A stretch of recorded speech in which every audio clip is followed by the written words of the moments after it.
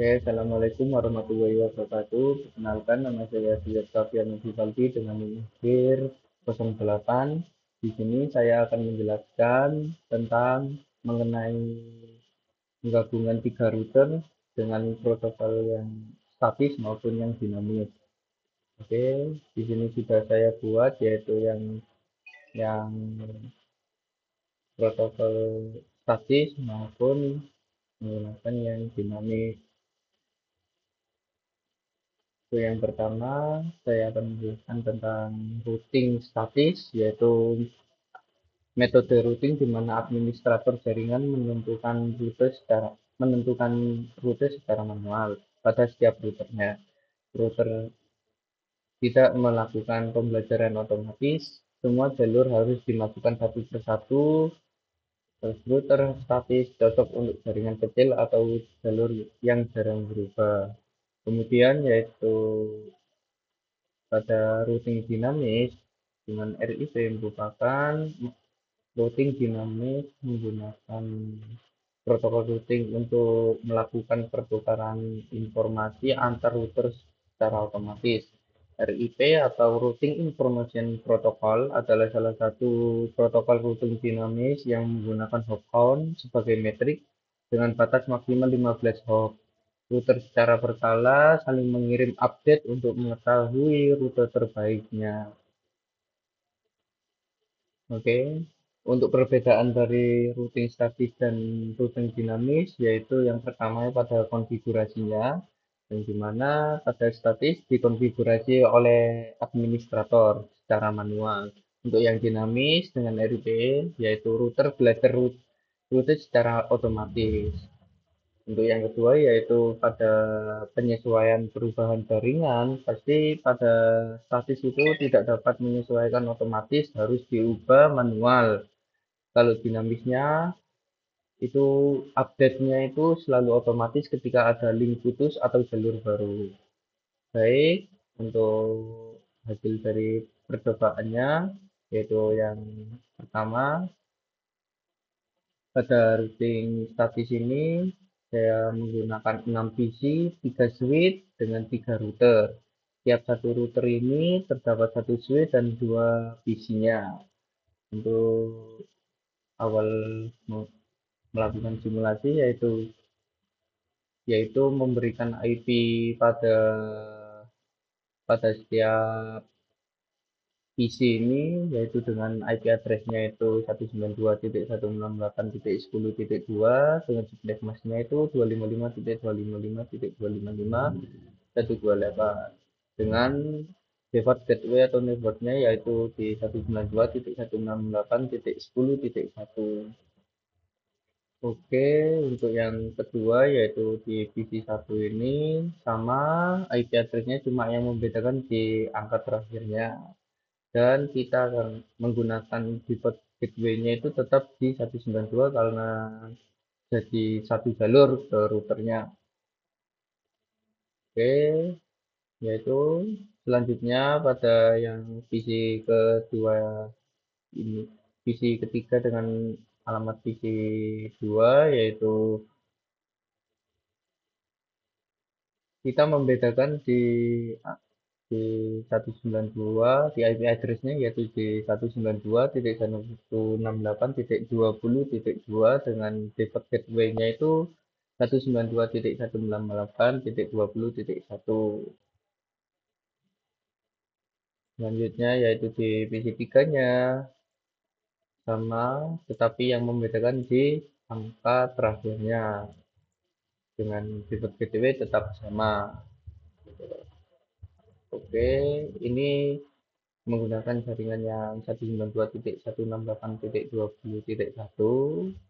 Untuk yang PC 4 yaitu yang membedakan cuma di alamat di 30 ini dengan IP address-nya itu 192.168.30.2 dengan default gateway-nya itu 192.168.30.1.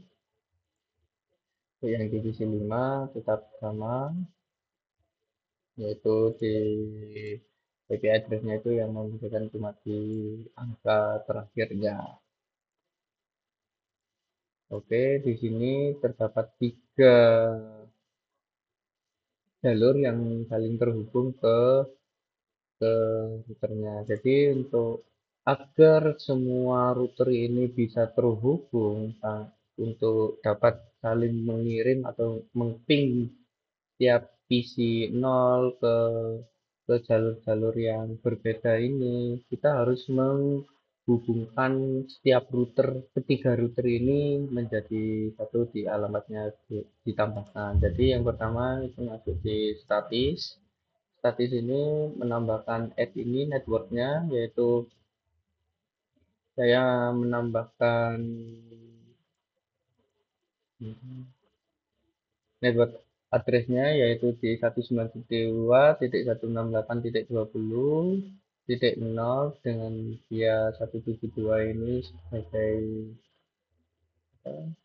jalurnya itu untuk yang agar terhubung dengan yang di sini di jalur ini, dan yang untuk yang 10.10.10.0 ini digunakan untuk biar terhubung ke router yang ketiga, ke jalur yang ketiga, agar IP networknya itu di 192.168.30 yang punyanya di router yang ketiga ini itu bisa terhubung gitu. Sama setelah semua sudah dikonfig, setelah itu masuk ke yang router kedua agar saling saling terhubung. Jadi di statisnya saya menambahkan di 192.168.10 yang miliknya jalur yang pertama ini dengan via-nya yaitu melewati jalur penghubung ini, dan untuk yang 192.168.30.0 ini untuk yang ketiga ini dengan via jalurnya ini. Sama untuk yang router yang ketiga, yaitu kita setting agar terhubung itu di ini yang pertama yaitu 192.168.20/25 ini untuk yang jalur yang kedua, yang kemudian di 172.10.10.0 ini untuk yang jalur ke arah ke router 1 dimajukan, dan network untuk yang 192.168.10 ini miliknya yang jalur 1 ini. Oke, setelah sudah semua terhubung, kita coba meng-ping antar PC, yaitu yang pertama coba di antar PC dalam satu jalur, PC 0 dengan PC 1, ternyata sukses. Setelah sukses, kita coba dengan berbeda IP jalurnya, sukses, pilot. Kita coba lagi karena memang dari simulasi memang seperti ini.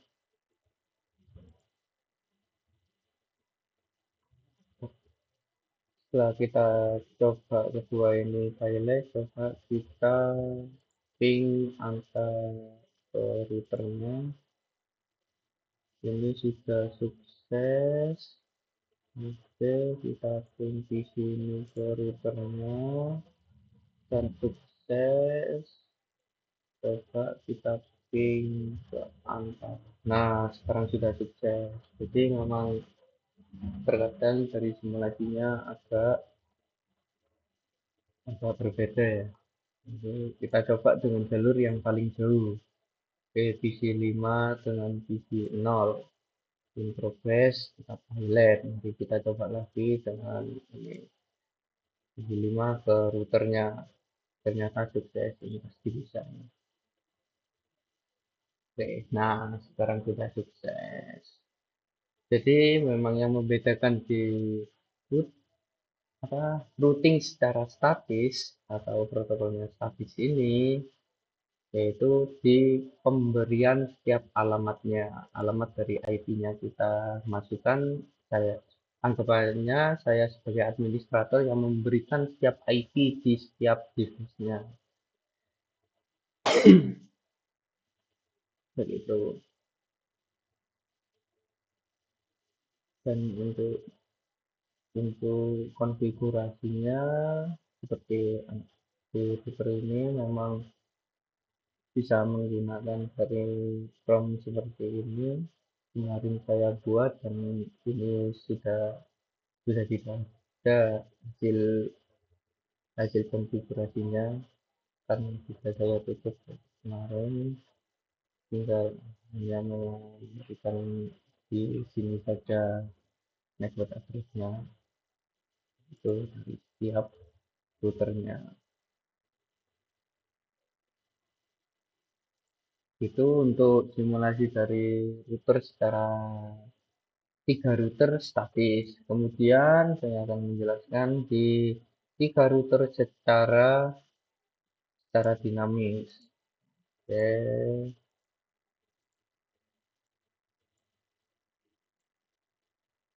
dinamis. Nah, ini secara dinamis. Ini setelah saya coba hasil dari simulasi, yaitu yang pertama dinamis. Setiap PC ini memiliki konfigurasi IP address yaitu D10.10.10.1 dengan subnet 255.0.0.0 dan default gateway-nya itu di 10.10.10 sama kayak tadi.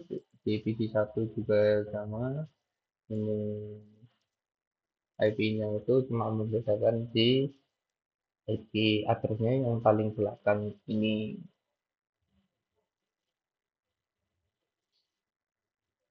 yang hanya membedakan dari dinamis dan statis yaitu pada penghubungan dari ketiga routernya, yaitu ya, di sini menggunakan routing secara RIP, dinamis RIP gitu. Saya memberikan network address-nya, tidak perlu memberikan setiap jalur-jalurnya tadi, kan rumit. Saya hanya memberikan di net network address-nya yaitu di 10 ini 10.0.0.0 yaitu untuk jalur yang ini, jadi jalur router 1. Untuk yang di sininya kedua ini RIP-nya yaitu di 4, network address-nya yaitu di 20.0.0.0 dan 40.0.0.0 dan 50.0.0.0 gitu. Ini itu untuk yang di sini yaitu IP-nya itu di 20.20.20.20.0, di sini juga 20 juga. Nah, ini tetap 20.20.20.20.2. Di sini untuk konfigurasi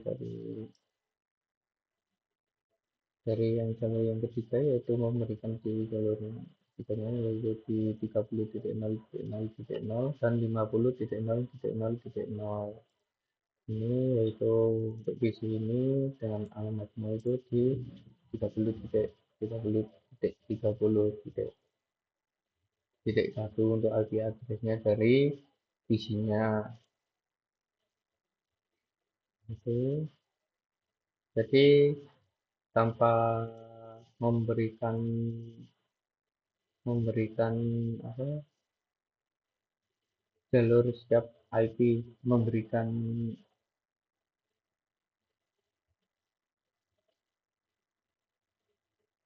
setiap IP-nya itu untuk saling terhubung. Jadi secara otomatis dari ketiga router ini bisa terhubung hanya dengan memberikan di RIP ini. Ini untuk jalur yang 20 ini untuk yang ke bawah, 40 ini untuk di sini, dan 50 ini untuk di sini.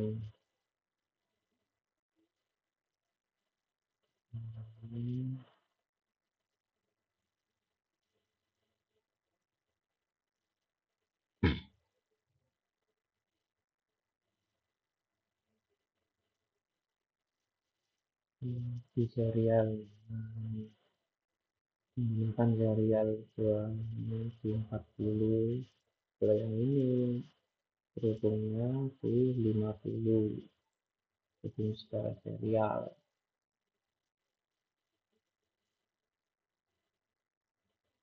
karena ada dua. Jadi yang 40 ini untuk yang ke jalur yang apa yang ke pertama, yang serial 3 ini ke 50 untuk jalur yang ke sini. Oke, mari kita coba untuk percobaan di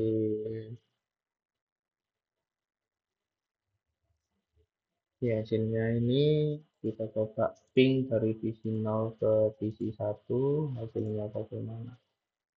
Nah, ya.